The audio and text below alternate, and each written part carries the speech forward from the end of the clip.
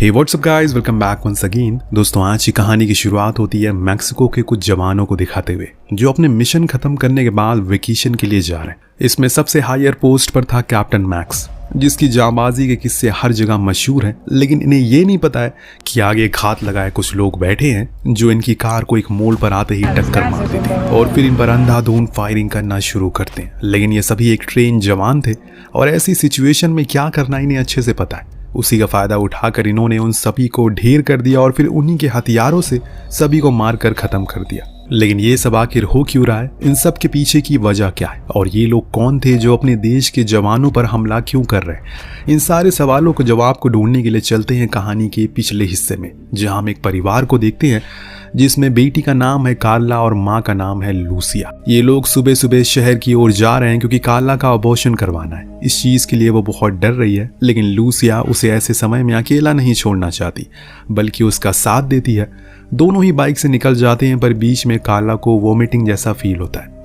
वो बाइक को थोड़ी देर वहीं रोकती है, लेकिन तभी अचानक से कार्ला को उन खेतों में कुछ ऐसा दिख जाता है जिससे उसके रोंगटे खड़े हो जाते हैं।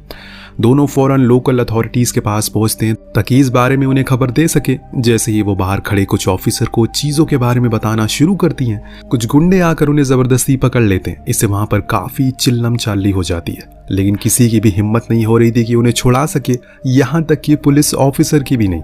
पर एक इंसान था जो ये सब देखकर कैफे से बाहर निकला। ये था कैप्टन मैक्स, जो उन दोनों लड़कियों को मुसीबत में देखकर उनकी मदद के लिए दौड़ पड़ता है।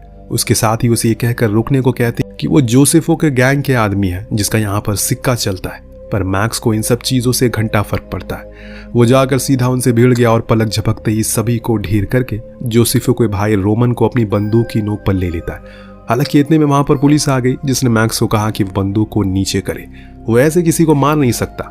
अब सभी रोमन की साइड ले रहे थे, पर जब मैक्स ने अपना आर्मी कार्ड उनकी ओर फेंका तो उनके होश उड़ गए। उन्होंने फौरन रोमन को कब्जे में ले लिया। यहाँ तक कि जो बचे हुए बंदे थे रोमन के, वो भी जानकर हैरान थे कि ये कौन आर्मी मैन है जो हमसे नहीं डरता। खैर, इसके बाद कार्ला मैक्स को सब कुछ बता देती है जो कुछ भी उन्होंने देखा था। तो ये लोग फौरन उस जगह पर पहुंचे और पूरी जगह को सील करके हर चीज की शिनाख्त की गई। कार्रवाई में पता लगा कि खेत के बीच में कुछ जवानों को मारकर बड़ी ही बेरहमी से गाड़ दिया गया है, लेकिन अभी भी उनकी बॉडी पूरी तरह से गली नहीं है, इसीलिए उन्हें आसानी से पहचान लिया जाता है और फिर उनके परिवार को उनकी आखिरी निशानी सौंप दी जाती है। लेकिन ये किया किसने? क्या कुछ भयानक हुआ था पिछले बीते कुछ दिनों में जिसका परिणाम इन जवानों की मौत थी? काफी छानबीन और कुछ खुफिया जासूसे से पता चला कि ये काम जोसेफो के कार्टेल ने किया है, जिन्हें खत्म करने के लिए सोल्जर गए थे, लेकिन गैंग वालों ने इन्हें ही मार कर गाड़ दिया। मतलब आर्मी सोल्जर को मारकर गाड़ना कितनी बड़ी बात होती है। अब जब ये न्यूज़ बाहर आ गई तो सार्जन और सेंट्रल सेक्रेटरिएट के बीच में मीटिंग होती है, जिसमें डिसाइड किया जाता है कि अब बहुत हो गया, उन्हें कुछ बड़े कदम उठाने होंगे। इस बार किसी ऐसी टीम को भेजना पड़ेगा जो इस मुसीबत को जड़ से उखाड़ सके। इसीलिए सार्जन कैप्टन मैक्स का नाम लेते हैं, जो उनकी फोर्स में सबसे शातिर और जाबाज सिपाही है। मैक्स को काफ़ी ऐसे कॉम्बैट फाइट का भी तजुर्बा है, तो सेक्रेटरी उसकी बात को मान जाते हैं। फिर मैक्स और उसकी टीम को यह जिम्मा सौंप दिया जाता है। उन्हें जितनी जल्दी हो सके जोसेफो के कार्टेल यानी कि उसकी गैंग और उसके जितने भी लोग थे सभी को जड़ से खत्म करना था।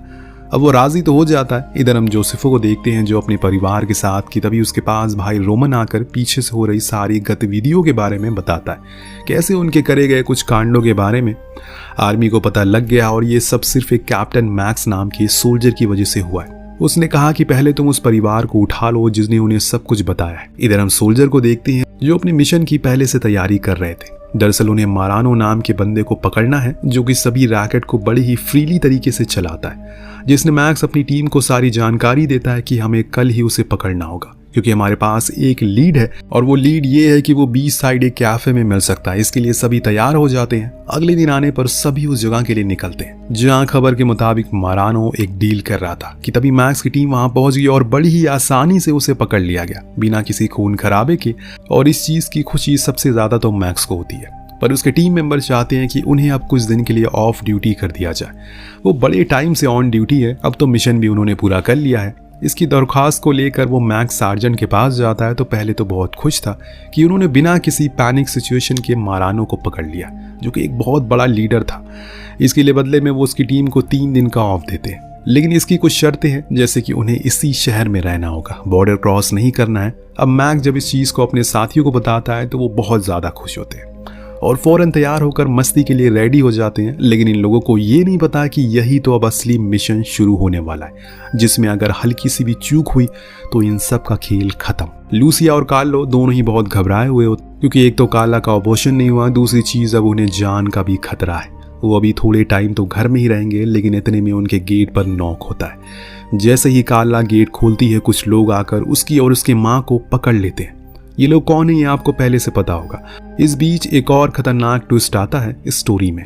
जब हम जोसेफो को देखते हैं तो वो अपनी कार में किसी का इंतजार कर रहा है। इतने में उस शख्स की कार आ गई जिसका वो इंतजार कर रहा था, और ये कोई और नहीं बल्कि सेक्रेटरी ही था। जी हाँ दोस्तों, जो उसे मैक्स की टीम की सारी लोकेशन दे देता और कहता है कि इस बारे में किसी को कुछ पता नहीं लगना चाहिए, वरना अगर ऐसा हुआ तो उसकी जॉब खतरे में आ सकती है।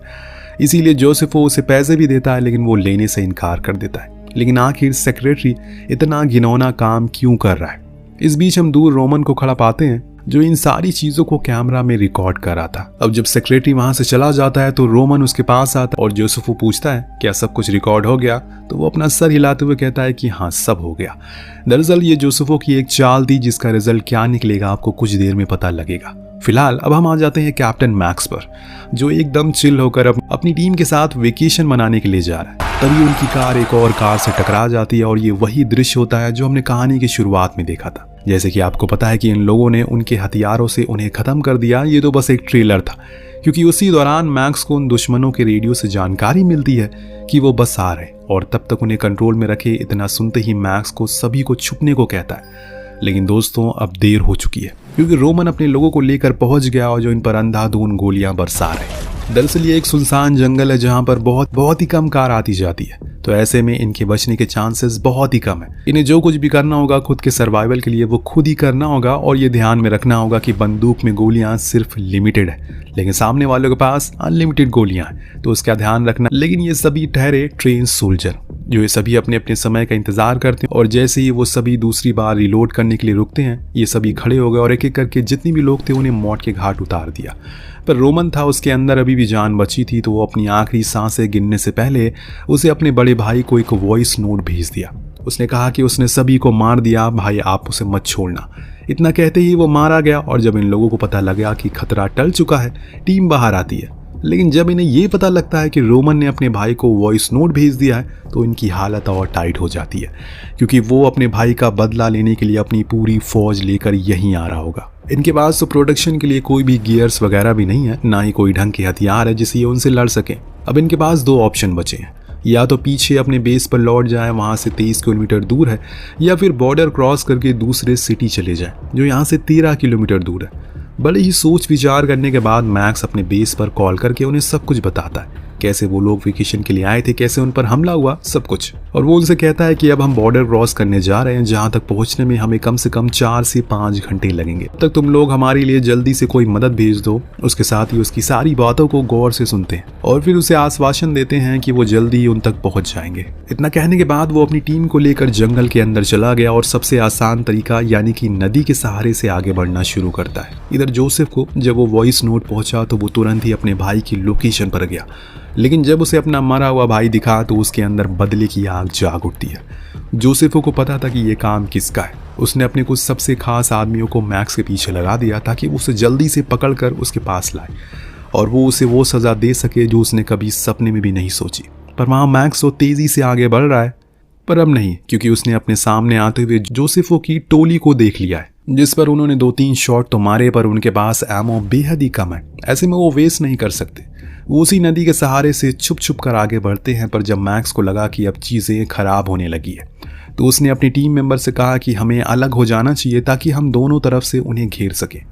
सभी अपने कैप्टन की बात को मानते हैं, फिर अलग अलग होकर एक स्पॉट पर एम कर लेते हैं। जैसे ही वो सामने वाले आगे बढ़ते हैं, ये सिर्फ एक को छोड़कर सभी को ख़त्म कर देते हैं। दरअसल वो लड़की थी जो वहाँ से भागने में कामयाब हो गई, लेकिन इन्हें पता चल चुका है कि असल में इन लोगों को उनके मोबाइल फ़ोन से ट्रैक किया जा रहा है और ये काम किसी अपने ने किया है। तो कैप्टन ने सभी का फ़ोन वहीं छोड़ने के लिए कहा।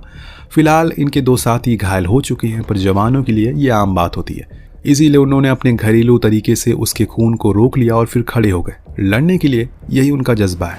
और यही जवानों का जज्बा होता है। उधर जो लड़की बच गई वो भागते हुए बाहर जा रही थी, तभी जोसेफो उसे मिल गया, जो अपने साथ ही पूरी आर्मी लेकर आया था उन्हें मारने के लिए। लेकिन जब उसे पता लगा कि उसकी टीम ने उसके सबसे होनहार लोगों को मौत के घाट उतारा है, तो उसे अंदाजा हो जाता है कि जरूर सामने वाला अपने बराबर का है, और इस बार बराबर वाले से टक्कर हुई है। अब थोड़ी देर में टीम जैसे तैसे छुपते छुपाते हुए एक स्पॉट पर पहुंचती है, जहां से उन्हें थोड़ी दूरी पर एक कैंप मिलता है जो जोसेफो का काटल था। ऐसा मैक्स का कहना था, इसीलिए इन लोगों ने सोचा कि अगर हम उस पर हमला करके अंदर चले गए तो थोड़े बहुत हथियार मिल ही जाएंगे, जिससे ये कुछ और देर सरवाइव कर सकेंगे। सभी प्लान के मुताबिक नीचे गए और एक एक करके गेट को तोड़कर अंदर घुस गए, जहां जोसेफो के कुछ लोग थे जिन्हें इन लोगों ने बड़ी बेरहमी से मार डाला। लेकिन तभी इन्हें वहां पर दो लड़कियां दिखी जो बेहद ही खस्ता हालत में थी। उनके साथ शारीरिक अत्याचार किया गया था, और वो भी कई दिन से।